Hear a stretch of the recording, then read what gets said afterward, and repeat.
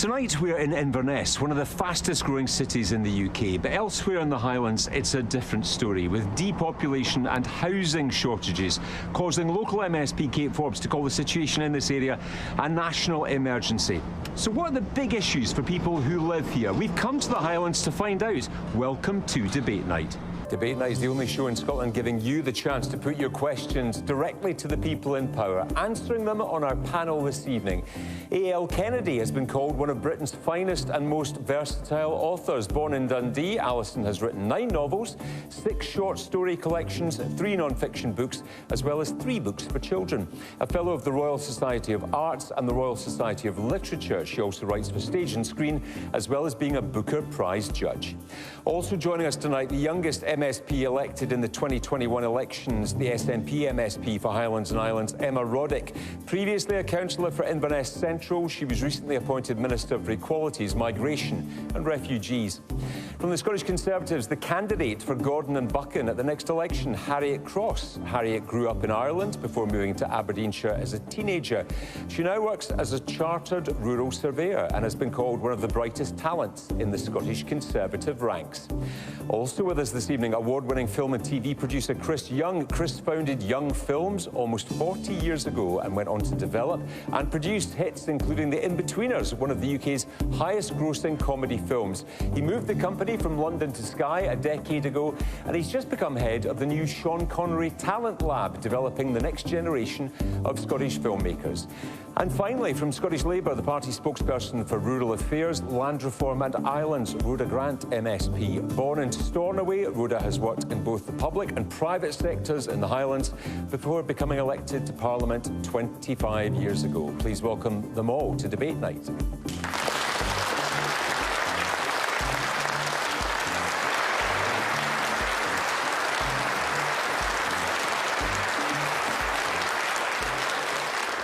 And of course, welcome to our studio audience. It's great to be with you here in Inverness this evening. And you can join in the discussion from home, wherever you are in Scotland. BBC DN is the hashtag you need right now on social media. Give us a follow at BBC Debate Night as well. And our podcast will be available for you to download straight after the show this evening. So let's get started. Our first question of the night in Inverness comes from Kim Brosnan. Kim. With the announcement of the budget, is there any actual real benefit to the Scottish people? Thank you, Kim. Busy day today at Westminster. The budget headline national insurance cut by 2p, which means an extra £450 on average for employees across the country. Emma Roddick, in a cost of living crisis, do you welcome that? I struggle to find good news in this budget. We know that the national insurance change will benefit the 5% wealthiest 12 times more than the bottom 5% earners. So that is not where we need to be prioritising government money at the moment. Now, it's hard for me to see a benefit to Scotland in this budget, but actually I don't even see any of the Westminster MPs trying to claim that, which is a real sign as to what this actually means for Scotland. It is a worst case scenario, and I've been personally disappointed to see that there's very little difference between the platform that UK Labour is now standing on and what we've just seen come from the UK Tories. I am not sure at this point who is copying whom, because it is very, very difficult to see where the ideas have come from, and they're both vying for the same vote. Rhoda Grant, is that true? Well, I think the Conservatives have stolen some of our policies. They have no ideas of their own, so they're grabbing ours. But they need to do an awful lot more, because they trashed the economy and they can't put it right. So we need a general election, we need them out of power, and we need to move over and let a party into power that's actually got some ambition for the country. Is it right to put money back into people's pockets at the moment in a cost of living crisis with this NI cut? Well, I would hardly call it putting money back into people's pockets. When you see mortgages going up, see the cost of living going up, people have really, really lost out. And if you even look at taxation, the tax-free allowance hasn't increased. So it's been an NI cut, but actually we're paying more tax than we've paid in the last 70 years. So it's not really putting money into pockets, because they've trashed the economy and taken money out of pockets. And people, I mean, they're trying to make it sound like things are much better and the economy's on the rise despite us going into recession. And everybody knows, everyone feels it in their own pocket and in their own families that things are really bad. It feels like it's never been this bad, certainly in my lifetime. And I worry for generations coming up. So they need to move aside. They have no more ideas. Let somebody else in and let's build our economy and a future for our young people. We desperately need that. Well, we have people from Inverness with us tonight. Man in the front row, what do you think? Is this the cut to national insurance just another way of underfunding the NHS in particular and driving this push towards privatisation of the NHS? Harriet Cross, public services, NHS included, under huge pressure at the moment. What does it say about our priorities when the headline from this today is a national insurance cut, a tax cut for people? Well, I think let's look at the budget as a whole. And back to the original question, yes, it was a very positive budget for Scotland. As you say, we've got the national insurance cut, the second national insurance cut in 2 budgets, which combined will be up to £1,500 per person cut in their tax and therefore money back into pockets.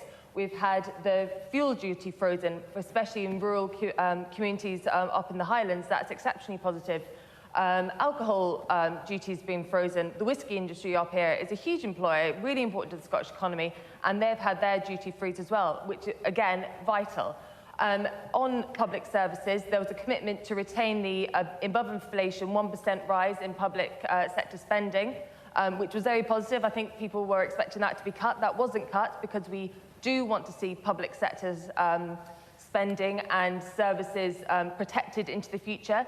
There was a commitment on sort of looking at how we can increase productivity of our services, and that's really important. There was another commitment as well, which was to continue the windfall tax, which Douglas Ross had specifically argued against. This is a humiliating day for the Scottish Conservatives, isn't it?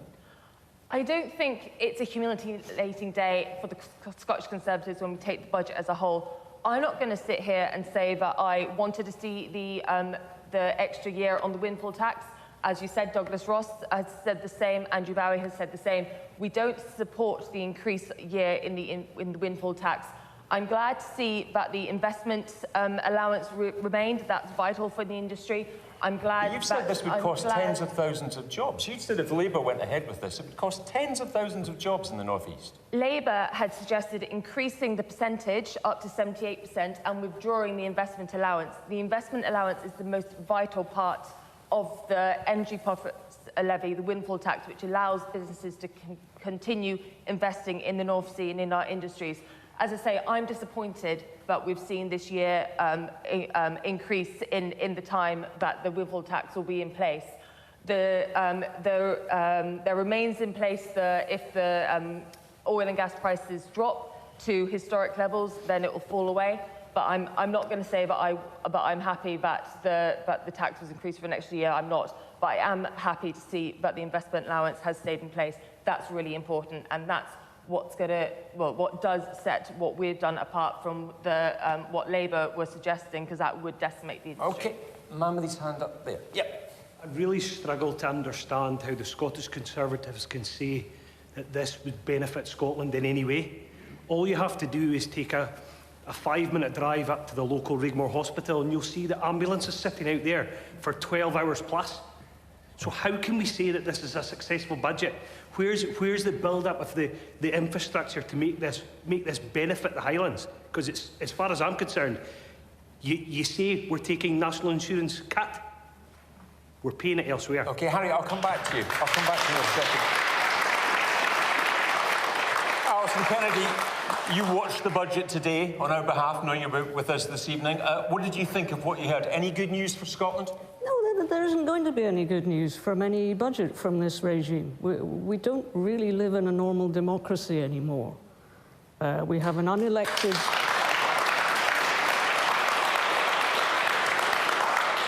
We have an unelected oligarch who is our Prime Minister, who replaced another unelected Prime Minister, who replaced a terrifying Prime Minister who was elected, but who got an 80-seat majority of less than half the votes.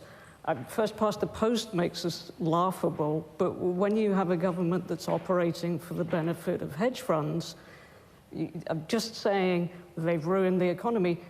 It's profitable to have a chaotically ruined economy. It's just not profitable for ordinary people. But you heard Harriet laying out what she sees as the benefits for people here in Scotland at a time when people are hard-pressed. Yeah, well, people are hard-pressed, and it's, you know, if you saw somebody who had no food, you would give them food. We have exponential rises in food banks everywhere across the UK, and it's not being addressed. You have people who are terrified of getting ill because they may not get an ambulance, they may not get anywhere near a hospital, they may not be able to get an appointment. Somebody's heard about somebody dying of a tooth infection a few weeks ago because he pulled out his own tooth because he had no other opportunities. People are frightened of how they are going to live, and it's business as usual. Red team, blue team, red team, blue team accuse each other, but we don't have the main problem being addressed, that none of this is normal, and billions of pounds have disappeared into PPI scams, and we're still paying millions every week to store PPE that couldn't be used, and meanwhile doctors and nurses died, and meanwhile we're not ventilating schools, so kids are getting COVID over and over and over again, and we don't even know what that's going to do. Nothing is being dealt with competently, and that's not just because there are a lot of incompetent people who are somehow, they have the reins of power, but it's not being dealt with competently because that's not the aim. This isn't government for the majority of people. This isn't us giving our power and our money to people who are our servants. This is people who are in charge of us and running the country to the benefit of about 300 people, many of whom don't live here, almost all of whom don't put their money anywhere near our country. And it ain't normal, so please keep saying it's not normal. Changes to non-dom tax status as well today. Lady in the front row on the end first, yes. Hi, I'm a heavy user of adult social care. I have carers coming in 3 times a day, every day, because of a disability. I won't be able to shower myself. I won't be able to have my lunch made for me to keep my diabetes under control if it wasn't for a carer. And I am concerned that while they're giving money away, and people, yes, it's good that people are getting, money sent back to them through the national insurance cut, but where are they going to pay for that? And the disabled always get hammered for the cuts. When you're depending on somebody coming in every day, to get you up, get you showered, get you fed. What do we do if those services are cut? I've already had a letter saying that services may have to be reduced. And, so it's the impact on people like me. Was there anything positive for you in the budget today? No. Anything at all? No. Okay. Lady next to you. I think the trust is gone, and yeah, it's our lives. Yeah, it's our lives we're dealing with here. Yeah. So I think there needs to be change. There needs to be a change of leadership to the country. Christian, can you see anything positive for Scotland in the budget today? I can see one thing, but I would agree with what the lady just said and what Alison said in terms of, all of these so-called pluses are all at the expense of fundamental services that we've had 14 years have been under the most appalling attack. And I think, we're the general population, as Alison is rightly saying, is not being served, and the services that have been in place for a long time for us have just been gradually scrapped. So I think overall it's not surprising. The budget to me is not surprising. It's full of gimmicks which are meant to make us think somehow that there's something positive. As a matter of fact, there's one positive thing for film, which doesn't really mean anything to most of the general population. This is tax breaks today, Tax break. it? Great news on this, because we have a situation which has been ridiculous for years, where we've had a brilliant system set up by Gordon Brown a long time back called the UK Film Tax Credit.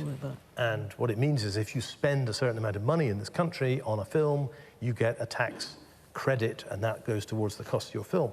And I've been arguing for a long time that it should really be helping people who live and work here and who are making films and television here, but those of us who are doing that here are tending to do that on a very low budget. And in fact, it's been a huge benefit for people and corporations like Netflix who are making things on a huge budget. So today was a step forward because they've actually announced a 40% tax credit. It was at 25% and it's going up to 40 for specifically lower budget films. Yeah. I mean, we're still talking in real terms.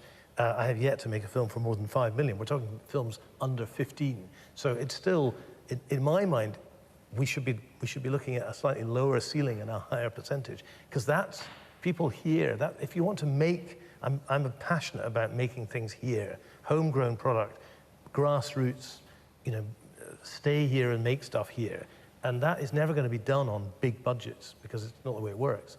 But anyway, at least jobs, which leads to and it's jobs, and it's all of that. It's all of that. So there is one thing. Frankly, yes, 40% film tax credit, good news for us. But that is the only thing, and it's such a specifically niche thing. It is so not addressing what needs to be addressed by the government of this country for the general population. Okay, lady in the front row. Can we expect anything less from the Conservatives than to make adjustments which benefit the wealthiest in society under the guise of doing good? Meanwhile, the most vulnerable people in our society, like this lady here, are left behind. Okay, thank you. Your views on everything you hear on the programme tonight. The hashtag is BBCDN on social media. We're in Inverness tonight. Next week, we're going to be in Dumfries. The week after that, we'll be in Stirling. So if you'd like to come along, be part of the audience for those shows, just click on the link and get involved. Let's go to our second question of the night, which comes from, we had a lot of questions around this, actually, from John Stewart. John, good evening. Good evening. How would you help young people to remain in the Highlands to stop depopulation? Right. John, what's been your family experience? My daughter went away to uni a number of years ago. She then found work in Newcastle and stayed down there. But for family reasons, she had to move back to the Highlands. And coming back here has increased the expenditure twofold, which has made her life a bit more difficult being here. Okay, there's a lot of strands to this around education, around housing as well, which we can unpick. Chris, you came back about a decade ago, brought the family back as well. Have they stayed? Well, in fact, they've all left home and they're all away now. I feel very strongly about this, and I think I spent 10 years creating and producing a Gaelic language drama precisely to create jobs in Skye and to try to train local talent and young people to provide a reason. I think it's natural that, you know, kids will go away for university. I think it's healthy to go away, but the problem is coming back. Housing is a problem because the tourism means that the housing market here is kind of completely, well, certainly in Skye, is kind of distorted. But I think also jobs, and I think this thing of creating something long-term in terms of a sustainable future for sustainable industry. In my work, film and TV, what I wanted to create with that show was a way of sustainable work for people across the board. Great thing about film and TV is that you employ so many different strands, whether it's, you know, costume or makeup or directing or writing or producing. Electricians. Electricians, you know, across the board, you're creating a huge range of jobs, and you can train those people, and those people then will stay if that is sustained. I mean, it's a real struggle to do anything outside of the central belt, frankly. And one of the things that I'm sort of permanently dealing with is trying to, stem the flow. I think your point is so valid. I hope very much 4 children, one of whom actually studying medicine in Aberdeen, just so living the experience of seeing people like the earlier lady and dealing with all these problems at very, very, you know, in very strapped circumstances. But anyway, he and his 3 sisters, very much, I would love them to come back, but you have to say, in terms of all those kids who leave, what are they coming back to? And if they can't afford, they can't compete with people who are retiring or who are having second homes or who are running Airbnbs or all of that stuff. That's not sustainable in terms of a community. Yeah, the figures are really, really stark. So if you look at the 10 years from 2001 to 2021, the population aged up to 15 in the Highlands fell by 6.7%. Population 75 plus increased by 60%. I'm not saying which category you're in, Alison, but you, born in Dundee, moved to Essex, now back in the Highlands. What do we do about depopulation here? Yeah, I've also lived in London as well, so I've run the gamut. Yeah, technically I've retired to the country, I suppose you'd have to say. I'm getting wrinkly. I know Ireland also has this problem and has thought about it a lot. And I mean, the big thing is, well, a big thing, and why I've managed to be here is reliable, high-speed broadband internet is huge, and weirdly, there's more of that in the West than there is. Well, not where I am. In the East, yeah, it's very patchy, but I think it would be. I mean, the best thing would be to not start from where we are and not to have had the Highland clearances and a whole bunch of other stuff. But as we are where we are, it would be very good to really seriously look at going into individual communities and saying, what do you need? And saying, what would you like your use of houses to be? And at what limit would you like to set the Airbnbs? And you know, would it be possible? I know Applecross cooperated on getting themselves an internet that would work for them. It's possible now for a relatively small community to be able to generate enough power to have community power that would be reliable. There are lots of things now that you could do, and then to encourage people who could, you know, people in the arts particularly, and anything online could reasonably come, but you would have to have the GPs there, you'd have to have even not silly things, but it costs so much to deliver things up here. It costs so much more. You have to level that playing field or everything costs more. But you could do a lot just working with communities, going in, helping them to find out what they need and helping them to get what they need and become a unit that can actually think about, if you're growing anything, how do you share growing? If you need a shop, how do we get a shop? If you need a library, how do we get a library? If you need to bring people in on touring circuits, which they used to do a lot more, how do you do that reasonably? But it's not being done at the moment. And you know, at least how do you get very young children looked after with proper oversight? And do we go back to cottage hospitals? Do we have smaller schools scattered about? Do we have online learning one day? You know, there's so much that you could do. It's not inconceivable. Everybody in the room will have a view on this. Lady in the front first. Yeah.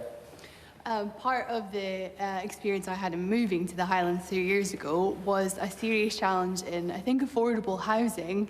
There are huge amounts of challenges there. You know, we looked at places like Inverness and Aviemore to live, but genuinely, they are where the jobs are, but we couldn't afford to live there. So I do feel strongly Inverness is the fastest growing city in the UK.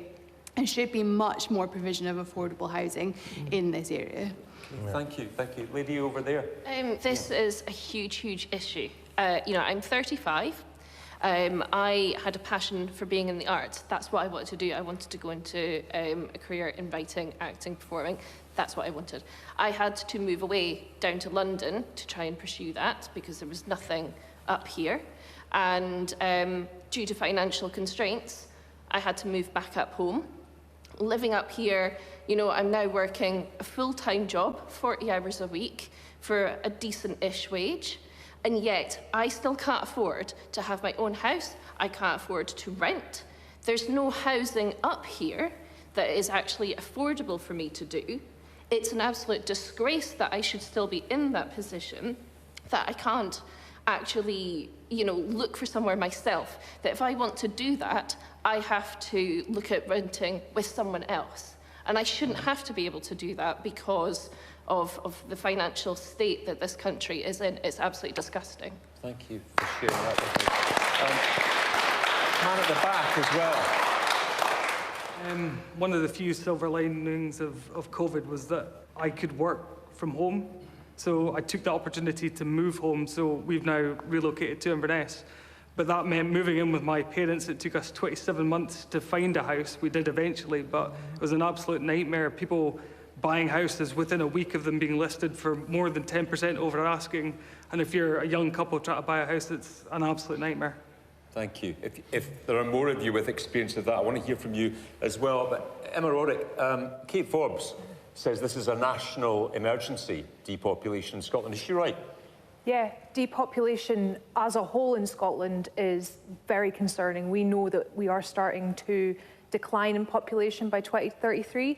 That's incredibly scary if we want to keep public services going, and that's something that we need to tackle. The birth rate alone is not doing it, which is why we're looking at solutions for Scotland within migration, as well as rebalancing the population. So where are they going to live? East to Because west. these people say housing is the problem. Housing is a big problem, and housing is why I'm in politics. So I completely relate to a lot of the stories here. I ended up homeless because I couldn't find a place that was affordable in Inverness when I was a teenager.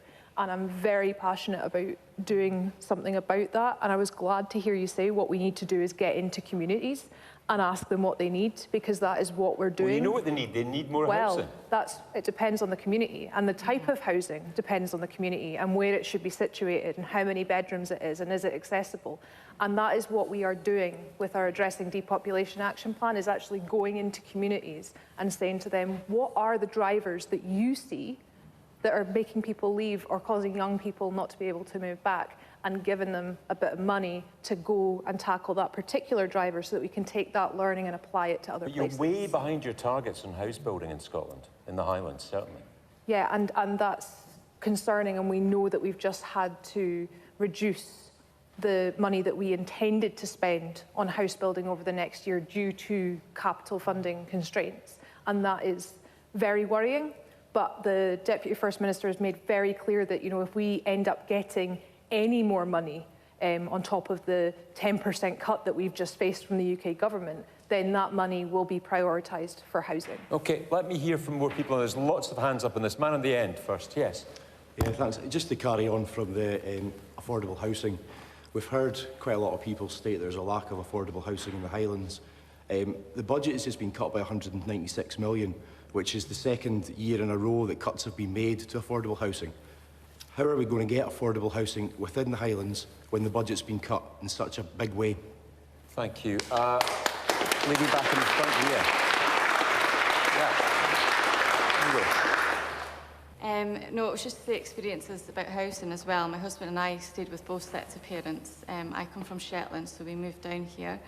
We actually got a house on shared equity. I don't know what kind of schemes are on the go at the moment, but and now we're actually staying in like a 3-bedroom. Yeah, it's definitely a priority, and we chose to have children later on because we wanted to financially, well, we wanted to have a mortgage. And also I know a nurse who she was able to afford her private rent, but she couldn't get a mortgage, you know, even though the mortgage was cheaper than our private rent as well. Okay. It didn't make sense. OK, yeah. Thank you. And lady on the end at the back. Yeah, yes. It's not just people looking to purchase housing, it's those that need to access housing through housing associations.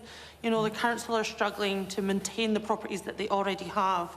They're down to just doing emergency repairs, let alone maintaining the properties. Some houses are, you know, over 25 years old and the kitchens are falling apart, the drawers are coming away. Actually, they don't have drawers or shelves left in them, but the councils, they can't get in to repair them or upgrade them because there's no budget for that. So even people that have housing, it's not fit for use because there's no budget for that.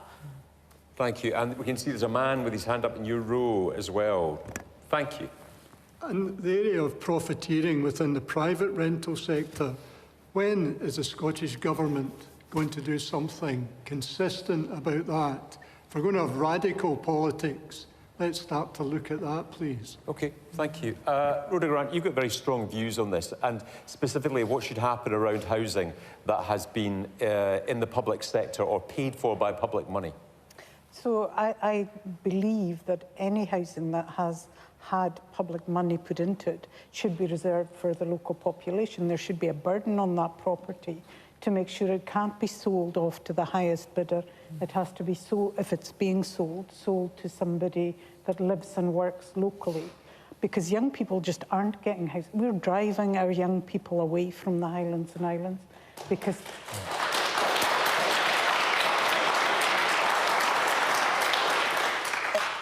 we could actually do so much. There is so much enthusiasm to build the economy, to create jobs, to do all those things.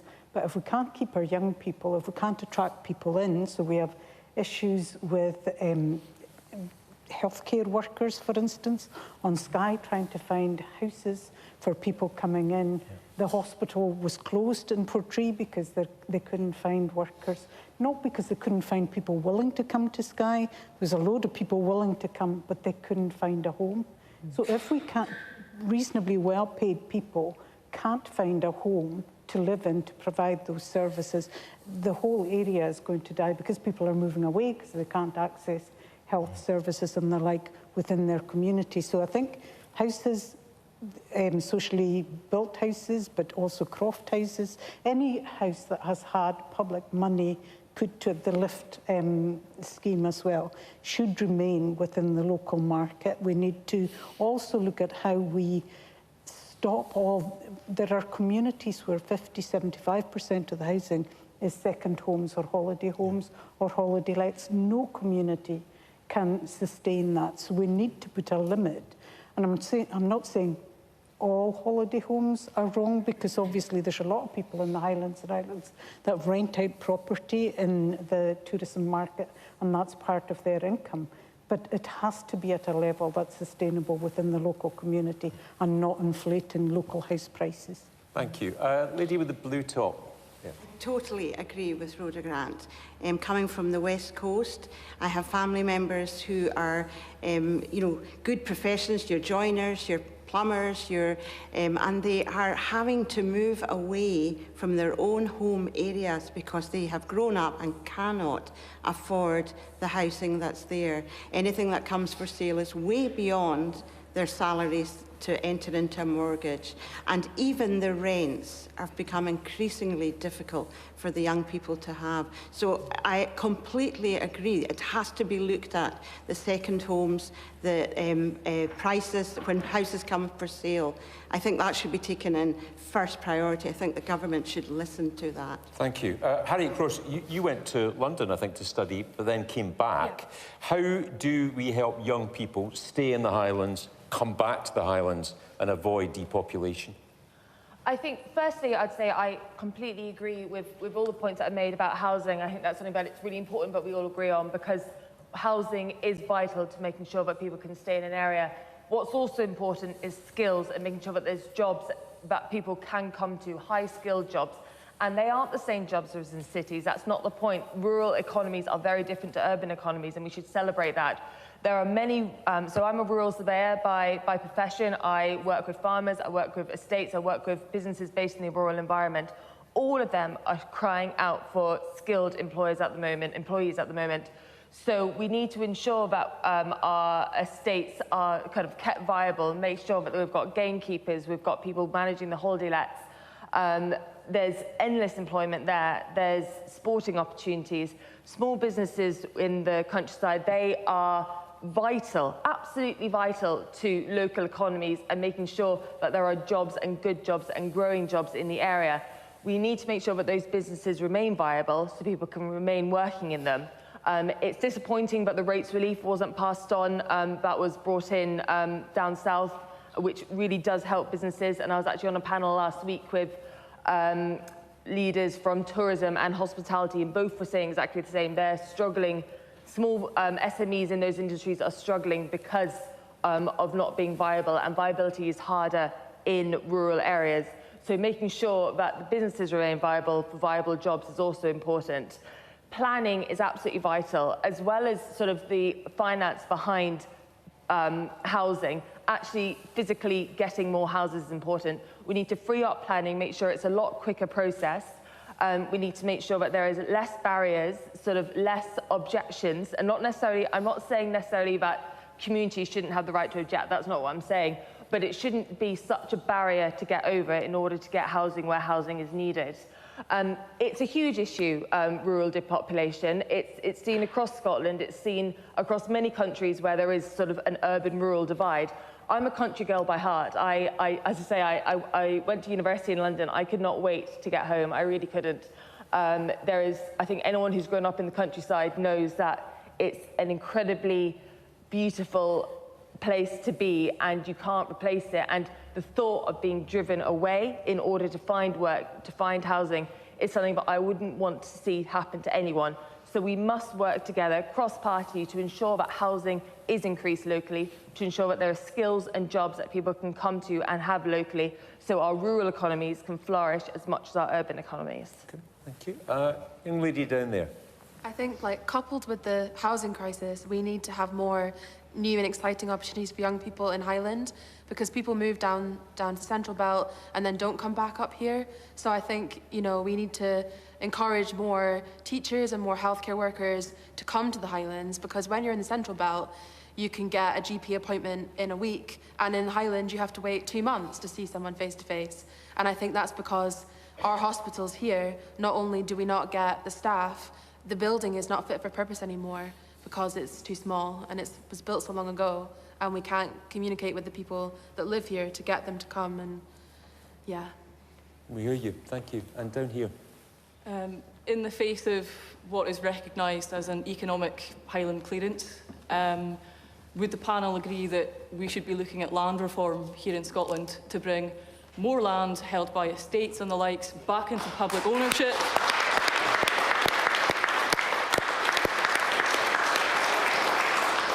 Back into public ownership so that we can start levelling the playing field here, because far too much of Scotland's land is held by the top % of the wealthy. Well, that's a popular thought in here tonight. Emma Roddick? Yeah, absolutely, and that's why we are, again, bringing forward a new land reform bill to look at options. And I think it hits on an important point that's been running through this whole conversation, which is about where power sits. And when we're talking about housing and comparing it in this conversation to, you know, businesses and employment, we have to remember, when you're talking about tourism, it's about getting the balance right between the interest of locals and the interest of tourists who are not paying council tax, who are using our services, but we're not seeing income from it in the same way that we would see if somebody were living in a house. And when we remember that a lot of these places, that the house prices are so high that young people can't afford them, like Ullapool, like Loch-Inver, those places are facing depopulation. There are houses there. They're just not being used as houses. And it's the same with land. We look at places like that where there is land available that doesn't seem to be doing very much, but it's very difficult for the council to obtain it. It's very difficult for a community development trust to obtain it. And we then don't see what locals actually need, which may be housing, maybe a park, maybe whatever. Well, we'll watch that. We'll watch that with interest. Your views, wherever you live in Scotland, on that. The hashtag is BBCDN. Let's go to our third question of the night, which comes from Gordon Macaulay. Gordon, evening. Good evening. Now, why does the Scottish Government continue to support the big energy companies who are trashing our beautiful Highlands for future generations, instead of protecting it for those generations? There's currently a scheme going on near Beaulieu. SSEN are proposing an 860-acre development, which is bigger than Prestwick Airport. It's just out of control. Yeah, I think 20 billion is being spent building 1,800 kilometres of new pylons and transmission lines to help meet net zero targets. You used the word trashing, Gordon. What's your specific concern about what you're seeing? Well, basically, it's absolutely certain to affect the rural economy and the tourist industry, which is massive in this area, of course. Thank you. You drive up the A9 and you see the signs at the side of the road saying stop the pylons. When you're coming up in this direction, Rhoda Grant, where do you sit on this? Net zero targets have got to be met, and this is about bringing together the infrastructure around all of that. But the concern is the impact that it's having on the precious environment here. So we need the infrastructure because we haven't had investment in infrastructure for many, many years. But the trouble is you need to work with communities to decide where that is best placed. and you need community benefit. So we have renewables, we have infrastructure for transmitting the electricity, but the amount that communities receive for hosting those things has not risen.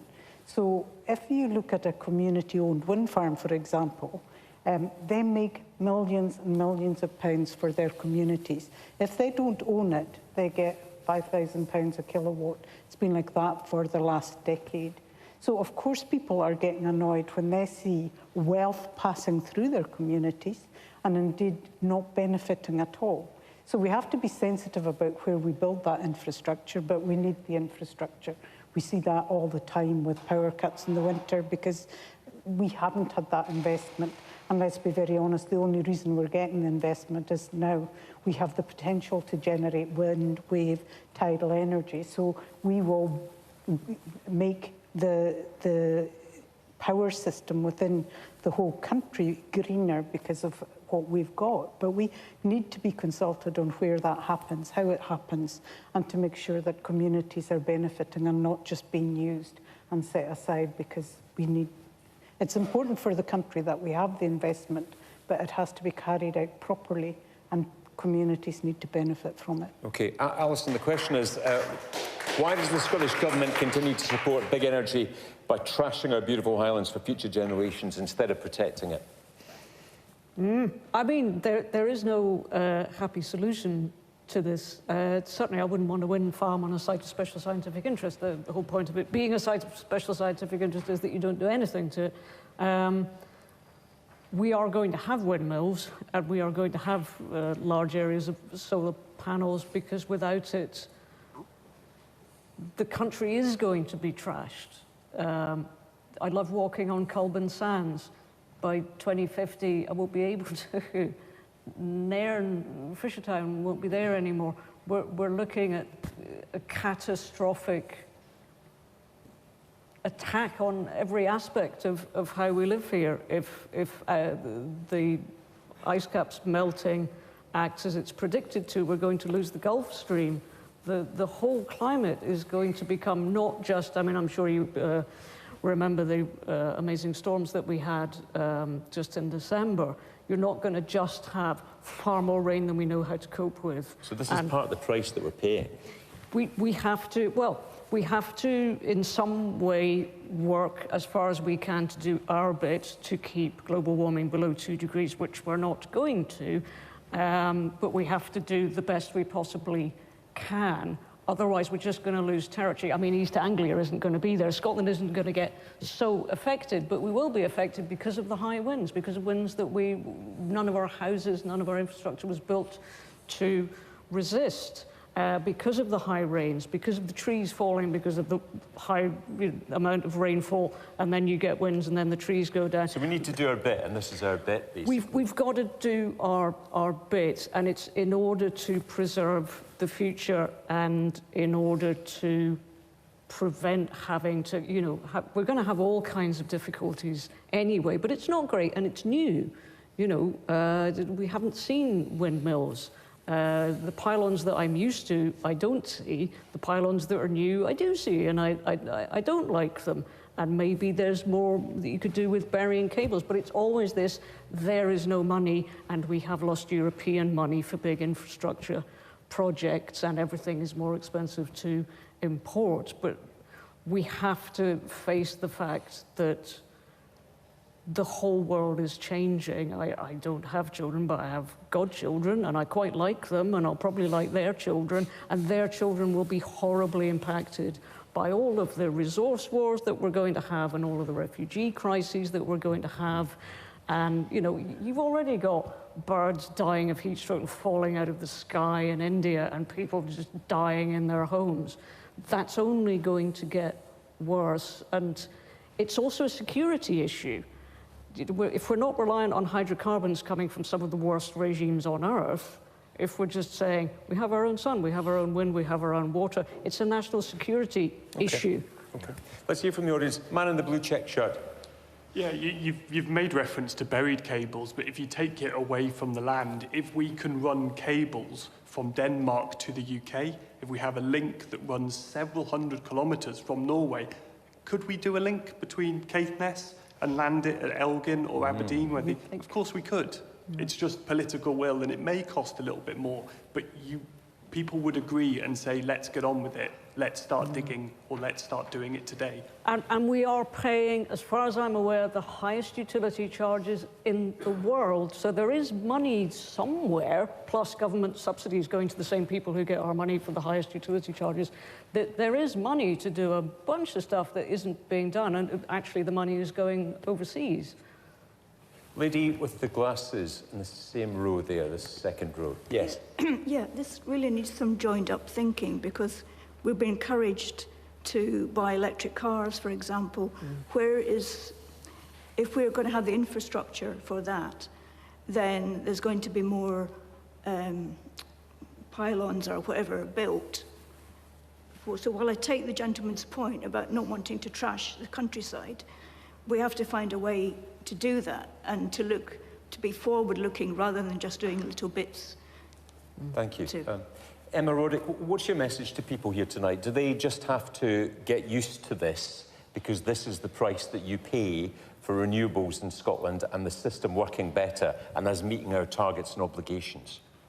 I would say, firstly, the work that we're doing on reaching net zero, on tackling climate change, is about preserving things for the future generations. It's about ensuring that there will be a habitable planet for them to live on. And I think we need to get very real about how quickly that becomes a reality, that actually it's not habitable. We're already seeing people displaced across the world through climate change. We're seeing wildfires, we're seeing named storms constantly that are causing so much infrastructure damage here in Scotland. That can only get worse as climate change worsens. So we do need this infrastructure. The Highlands needs it for resilience as well as meeting net zero targets. We need to try and put resilience into the system so that people aren't suffering power cuts that take a long time to reconnect. And that's the fact of it.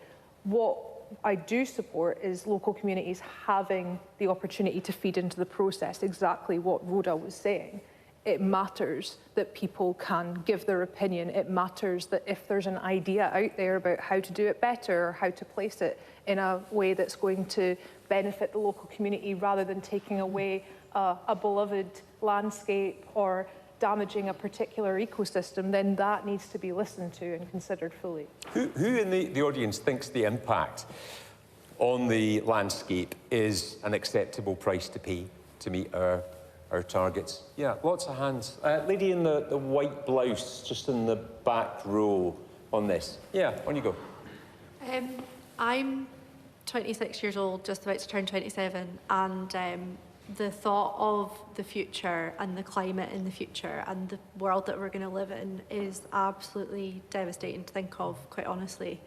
And I do think that there needs to be a really acceptable compromise with rural communities, because there has to be give and there has to be a change in attitudes towards renewable energy. And we teach it in schools. Our children learn all about it. Our education system is incredibly good at skilling up the next workforce. But what I'm seeing at the minute as a teacher is that those opportunities are not there, and that speaks to an earlier point about even the depopulation of young people, is that the opportunities are not there in the renewable sectors at the minute, and potentially could that be as a result of attitudes in our community. Thank you. Harriet Cross? Look, in order to increase grid capacity, which is absolutely vital if we are to see sort of emerging green technologies and sort of less carbon-intensive energy in the future, we do have to have these new infrastructure, whether it's pylons, undergrounding. As we've said, it is expensive. What's really important is energy companies, SSEN, whoever's doing the work, is that they are speaking early to the communities that are involved. If it's going to have to go there, which inevitably it is, and again, I know I've mentioned my work previously, but I do represent landowners against SSEN in these sort of grid schemes. the amount of time that you're successful in changing the route is minimal, because they have drawn it out on plans, and effectively it's getting to A to B as quickly as possible and as easily as possible. So does that mean consultations are a waste of time? It doesn't mean they're a waste of time, but what it does mean is you have to be very realistic in what you're going to achieve at a consultation. You aren't going to change the principles of the plan. If you can come and have a good argument as to why sort of that route is problematic, but that route is okay, you might be able to get some sort of resolution. But in general, it is a bit like talking to a brick wall, trying to get these projects to change. So it's really important, and as hard as it is to say, fighting them doesn't necessarily work. You have to actually accept that they're coming there and just try and work with them to see how you can make it best fit into your area. No one likes their landscape to be changed. No one wants the infrastructure in their backyard. But unfortunately, I think we have to accept, and as everyone on the panel has said, this is a necessary part of greening the energy sort of mix in the country. It's, as I say, it's something that will develop over time, and we will see things sort of merge into the landscape. But for the time being, it's just the way that the infrastructure in the country is progressing. Okay. And it is a balance. Okay, lady with the glasses. Yeah. Yeah, I'd just like to say that all the years that we've been listening to these discussions, there's no impact on any of our bills. Our utility bills and energy bills are through the roof and never been as high. And we were all sold it might have a landscaping issue, but it's going to bring our bills down. We're going to have low energy bills. We've been conned by the lot of it. Chris Young. Have we been conned?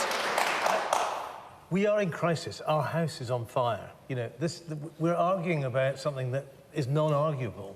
You know, climate change is real, so we have to address that. What is really clear is that there are ways and means of doing that. And clearly, I think I agree strongly with Rhoda about the community is where it starts in that discussion. And there are many ways to address how we have to deal with climate change. We've got our heads in the sands. We're not dealing with this. And it comes back to the other problems that we've raised, the whole question of communities. And what we need to be doing is addressing things from that community perspective, but also from that perspective of the next generation and the generation afterwards. There is a complete lack of the long view, short-term solutions that are cheaper.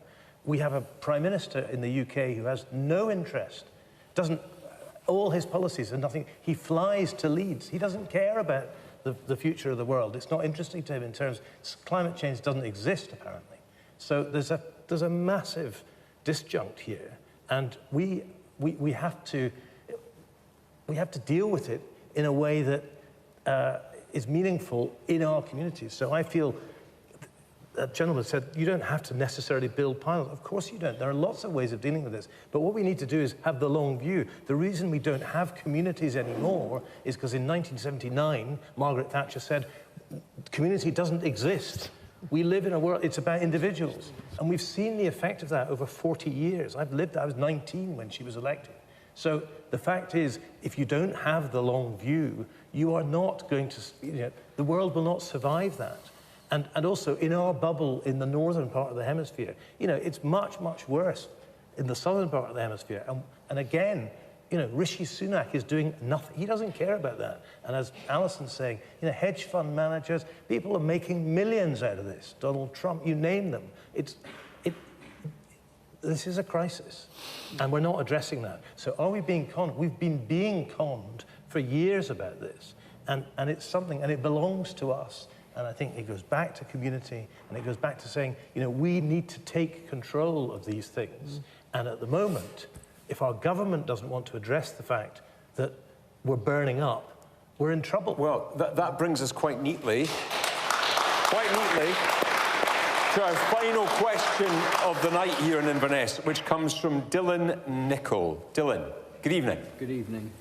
As an undecided voter, why should I vote for your party at the next general election? Right, budget today. Maybe it's the starting pistol for a May general election. Maybe not. We'll find out soon. Harriet Cross, you're a candidate at the general election. Why should Dylan vote for you? Dylan, oh sorry, I can't actually see you, Dylan, in the audience. Hi. Dylan, I think what's really important and what we've shown this evening is we as a panel, we agree on a lot of things. A lot of the time we agree on the end result is how we get there. And we as a party are really focused on ensuring that in Scotland but we actually increase the services. So I think it was mentioned earlier that the NHS in Scotland is in crisis. Yes, it is, and the NHS in Scotland is devolved to the SNP. Let's not forget that, okay? So we need to make sure that sort of within Scotland, we are working on what the real priorities of the Scottish people are.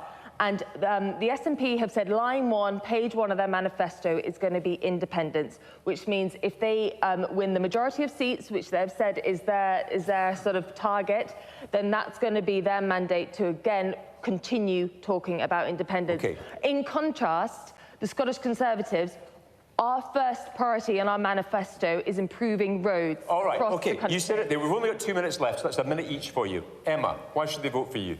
Let's be clear about why independence is our priority. It is not an end in itself. It's a means to having the power to make change on every issue that we've been talking about tonight. We heard earlier that Harriet disagrees with what the UK government's just done to Scotland in the budget through the windfall tax. So does the Scottish Conservative leader. But the UK government, the same party, didn't even listen to them when coming out with this budget. That is and Westminster disrespect. didn't listen to you on Gaza, so what's the point of a vote for the SNP in the general election? Gaza is a great example because what we saw there was the UK Parliament made a solid decision and made a statement about a ceasefire, which would never have happened if the SNP hadn't forced the issue in Westminster. So we do have a great impact, and our priorities are Scotland's priorities. Okay. Not cutting tax, investing in public services. A minute left for you, Rhoda, as well. Why should Dylan vote for you? We need to invest in future generations. We need to grow our economy, invest in public services, invest in our young people, and actually bring back the time when every generation was better off than the last. We're now facing a generation of people bringing up children who are going to be worse off than their parents. That's simply not acceptable. We need a government that's going to look after people, and that's what we will deliver. Chris, Alison, as far as I'm concerned, you don't have political parties unless I've missed something here this evening. So you're absolved from that final question this evening. Millions of people are undecided at the moment, so we'll see how that goes. That's it for tonight. We're going to be back with you next week in Dumfries. You can apply to come along and join us on the website. Week after that, we're going to be in Stirling as well. If you missed any of tonight's programme, we're repeated a little bit later tonight on BBC One Scotland, or you can watch a time that suits you on the BBC iPlayer. Thank you very much indeed to my panel here in Inverness tonight and to our audience. And of course to you at home for watching. We'll see you next week in Dumfries. In the meantime, stay safe, stay well. From all of us in Debate Night, good night.